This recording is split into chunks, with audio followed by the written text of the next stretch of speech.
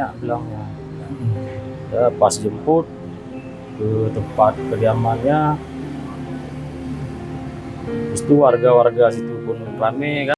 Saudaraku, kisah Melda Savitri, seorang istri yang diceraikan oleh suaminya tepat 2 hari sebelum suaminya dilantik P3K, kini masih menjadi perhatian publik. Di mana kejadian tersebut terjadi di Aceh Singkil, Aceh. Namun di balik kisah Melda Savitri tersebut, terdapat kesaksian seorang supir mobil L300 berwarna pink yang mengangkut Melda Savitri bersama kedua anaknya dari Aceh Singkil menuju ke Aceh Selatan. Berikut informasi selengkapnya. Saudaraku, perjalanan 5 jam dari Aceh Singkil menuju Kota Fajar menjadi saksi bisu kisah pilu Melda Savitri. Perempuan asal Aceh Selatan yang kisah rumah tangganya membuat banyak orang terenyuh. Di balik perhatian media dan ramainya komentar warganet tersimpan kisah nyata tentang air mata dan keheningan yang disaksikan langsung oleh sopir mobil L300 berwarna pink bernama Erwin. Beberapa hari sebelum menjemput Melda, Erwin sudah mengetahui kabar bahwa Melda tengah menghadapi masalah rumah tangga. Melda bilangnya dia mau pulang ke Kota Fajar. Ya, saya bilang, jadi barang banyak bilangnya. Ya, pas jemput ke tempat kediamannya, itu warga-warga situ pun rame kan. Ia mendengar langsung dari ibu Melda yang memberitahu bahwa putrinya akan pulang karena sudah berpisah dengan suaminya.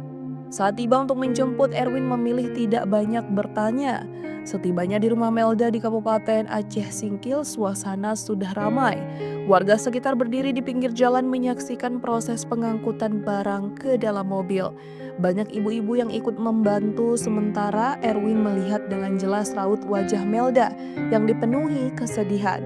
Kedua anaknya yang masih kecil pun tampak ikut membantu membawa barang-barang kecil. Selama perjalanan menuju Kota Fajar, Kabupaten Aceh Selatan, suasana di dalam mobil begitu sunyi.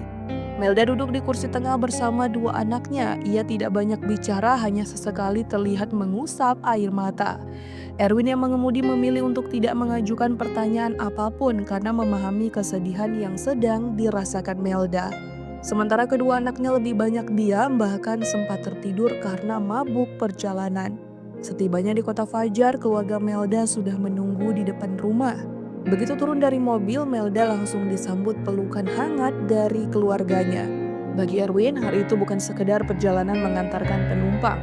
Ia merasa menjadi saksi perjuangan seorang ibu yang pulang dengan beban berat di hati, sambil menggenggam tangan kedua anak kecilnya yang menjadi sumber kekuatannya.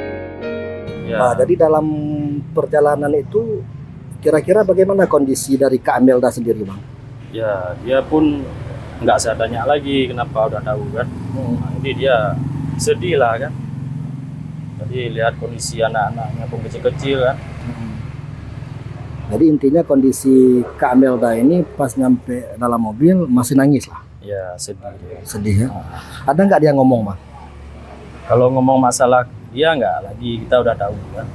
Nggak sadanya lagi. Kalau anak-anaknya, Bang, kira-kira mereka nangis nggak? Siapa? Kedua anaknya kondisinya bagaimana, Bang? Enggak, anaknya nggak nangis, cuma anak-anak lah kadang mabuk di mobil lah, bening, kadang tidur. Jadi dari Aceh Singkil ke Kota Fajar itu berapa jam ya, Bang? Perjalanan, Bang? Kalau dari Aceh Singkil ke Kota Fajar itu sekitar 5 jam. Nah, jadi ketika tiba di kediamannya di Kota Fajar, Bang, kira-kira bagaimana, Bang? Pas Abang turunin barang-barangnya, kemudian Kak Melda ini jumpa dengan orang tuanya, apakah terjadi semacam tangisan lagi atau? Ya, orang tuanya pokoknya ada berapa orang lah di depan rumahnya, keluarganya kan.